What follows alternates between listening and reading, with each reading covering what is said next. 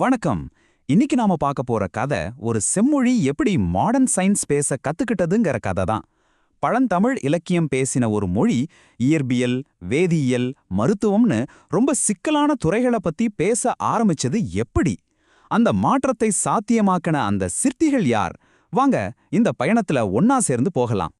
ஆமா, இதுதான் இங்க இருக்கிற முக்கியமான கேள்வியே. ஒரு மொழிய அதோட பாரம்பரியத்திலிருந்து விலகாம அதே சமயம் புது புது சிந்தனைகளுக்கு ஏத்த மாதிரி மாத்துறதுங்கிறது நிஜமாவே ஒரு பெரிய சவால். இந்த சவால நம்ம முன்னோடிகள் எப்படி ஜெயிச்சாங்கன்னு தான் நாம இப்ப பார்க்க போறோம். இந்த முழு பயணத்துல நம்ம முதல்ல அறிவியல் தமிழுக்கான தேவை ஏன் வந்துச்சுன்னு பார்ப்போம். அப்புறம் இந்த இயக்கத்தை ஆரம்பிச்ச முன்னோடிகளை பத்தி தெரிஞ்சுக்குவோம். அதை தொடர்ந்து சயின்ஸ்க்கான தமிழ் வார்த்தைகள் எப்படி உருவாச்சு, பல அமைப்புகள் எப்படி ஒன்னா சேர்ந்து இதுக்கு உதவுச்சு, கடைசியா இதோட தாக்கம் இன்னைக்கு வரைக்கும் எப்படி இருக்குன்னு பார்க்க போறோம். வாங்க நம்ம முதல் பகுதிக்குள்ள போகலாம். அறிவியல் தமிழுக்கான தேடல். இது ஒரு புது சிந்தனை உலகத்தை தமிழுக்குள்ள கொண்டு வந்த ஒரு பிரம்மாண்டமான முயற்சி. இந்த சவால் எவ்ளோ பெருசுன்னு கொஞ்சம் யோசிச்சு பாருங்க. ஒரு பக்கம் சயின்ஸோட அக்யூரசி கொஞ்சம் கூட குறையக்கூடாது, இன்னொரு பக்கம் சாதாரண மக்களுக்கும் அது போய் சேரணும், புரியணும். இந்த ரெண்டு இலக்கியம் அடையிறது தான் முதல் தலைமுறை அறிவியல் எழுத்தாளர்கள் சந்திச்ச மிகப்பெரிய சவால். எப்பவுமே ஒரு பெரிய இயக்கம் ஒரு தனி மனுஷனோட சின்ன தீப்பொறியிலிருந்து தான் தொடங்கும். அப்படி அறிவியல் தமிழுக்கு முதல் அடி எடுத்து வச்ச அந்த முன்னோடிகளை பத்தி தான் இப்ப பார்க்க போறோம். சொல்லப்போனா இவங்க தான் இந்த கதையோட உண்மையான ஹீரோஸ். இந்த லிஸ்ட்ல நம்ம முதல்ல பார்க்க வேண்டிய பேர் சி.கே. கணேசன். அறிவியல் தமிழ பரவலாக்குனதுல ரொம்ப முக்கியமான ஆரம்பகால பங்களிப்பாளர்களில் ஒருவர். இங்க நாம கவனிக்க வேண்டிய ஒரு விஷயம் என்னன்னா, அவர் வெறும் ஒரு டிரான்ஸ்லேட்டர் மட்டும் கிடையாது. பிசிக்ஸ்ல இருந்து பிசியாலஜி வரைக்கும் பல சப்ஜெக்ட்ஸ்ல அவரே நேரடியா தமிழ்ல அறிவியல் புத்தகங்களை எழுதியிருக்காரு. இதுதான் தமிழ ஒரு அறிவியல் மொழியா மாத்துறதுக்கு ஒரு பெரிய ஃபவுண்டேஷனா அமைஞ்சது. அடுத்ததா நம்ம பார்க்க போற முக்கியமான ஆளுமை பெரியசாமி தூரன். மொழிபெயர்ப்பு துறையில ஒரு பெரிய தாக்கத்தை ஏற்படுத்தினவர்.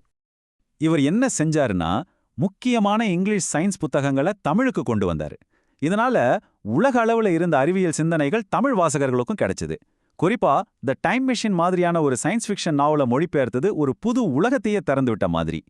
சரி, இப்போ நாம பார்க்க போறது என்.கே. வேலனை பத்தி. அறிவியலை மக்கள்கிட்ட கொண்டு போறதுக்கு இவரோட ஸ்டைலே தனி. அவரோட டெக்னிக்கே இதுதான்.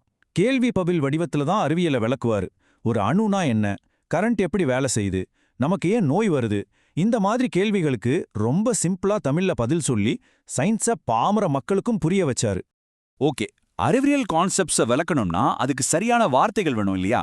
இப்போ நம்ம ரொம்ப ரொம்ப முக்கியமான ஒரு கட்டத்துக்கு வரோம். அறிவியலுக்கான புது தமிழ் வார்த்தைகளை, அதாவது கலைச்சொற்களை எப்படி உருவாக்குனாங்க? நாம பேசிட்டு இருக்கிற இந்த வரலாறுலாம் எங்கிருந்து வருதுன்னு நீங்க நினைக்கலாம். இதோ இந்த மாதிரி புத்தகங்கள்ல இருந்து தான். இந்த முயற்சிகளை பத்தி பதிவு செஞ்சிருக்கிற இந்த மாதிரி ஆவணங்கள்ல இருந்து தான் நாம இந்த தகவல்களை எடுத்திருக்கோம். ஆக இந்த கலைச்சொல் அப்படிங்கிறது தான் எல்லாத்துக்கும் அடிப்படை. இந்த வார்த்தைகள்ங்கிற டூல்ஸ் இல்லைன்னா ஆழமான அறிவியல் விவாதமே சாத்தியமில்லை. ரொம்ப சிம்பிளா சொல்லணும்னா, கிராவிட்டியை ஈர்ப்பு விசை அப்படின்னு சொல்றோம் இல்லையா, அது மாதிரி ஒவ்வொரு கான்செப்டுக்கும் ஒரு துல்லியமான தமிழ் சொல் தேவைப்பட்டது. இந்த கலைச்சொல் உருவாக்குறதுல ரெண்டு முக்கியமான ஆளுமைகளை நாம பார்க்கணும். ஒருத்தர் பி.என். அப்புசுவாமி. இவர் ஆரம்ப காலத்துல நிறைய புத்தகங்களை எழுதி மொழிபெயர்த்து கலைச்சொற்களுக்கு ஒரு அடித்தளம் போட்டாரு. இன்னொரு பக்கம் வாசே குழந்தசாமி. இவரோட கவனம் என்னன்னா, மொழி எப்பவும் அப்டேட்டடா மாடர்னா இருக்கணும். அதுக்காகவே புதுசு புதுசா டெக்னிக்கல் வார்த்தைகளை உருவாக்குறத ஒரு வேலையாவே செஞ்சாரு. தனிப்பட்ட ஆட்கள் ஒரு பக்கம் முயற்சி செஞ்சாலும் ஒரு இயக்கம் உண்மையிலே வளரணும்னா அது ஒரு அமைப்பா மாறணும். இந்த அறிவியல் தமிழ் இயக்கம் தனிப்பட்ட ஆர்வத்திலிருந்து ஒரு கூட்டு இயக்கமா எப்படி மாறுச்சுன்னு பார்க்கலாம்.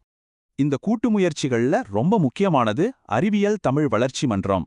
தமிழ்ல சயின்ஸ் புத்தகங்களை பப்ளிஷ் பண்றதுலயும் அதை என்கரேஜ் பண்றதுலயும் இது ஒரு சென்டர் பாயிண்டா இருந்துச்சு. இந்த டேபிள்ல பாத்தீங்கன்னா தெரியும், அறிவியல் தமிழ் வளர்ச்சி மன்றம், அறிவியல் இலக்கிய சங்கம்னு பல அமைப்புகள் ஒன்னா சேர்ந்து வேலை செஞ்சாங்க. மதுரை காமராசர் பல்கலைக்கழகம் மாதிரியான யூனிவர்சிட்டிஸும் இதுல பங்கெடுத்தாங்க.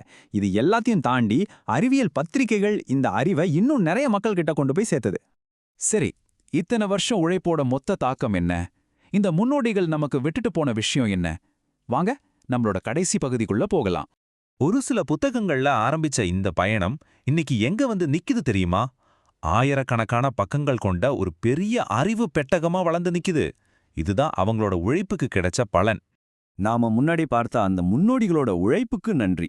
இன்னைக்கு வானசாஸ்திரம், மரபியல், மருத்துவம், பௌதீகம்னு எந்த ஒரு சிக்கலான துறையை பத்தியும் நம்மால ஆழமா தமிழ்ல பேசவும் எழுதவும் முடியுது.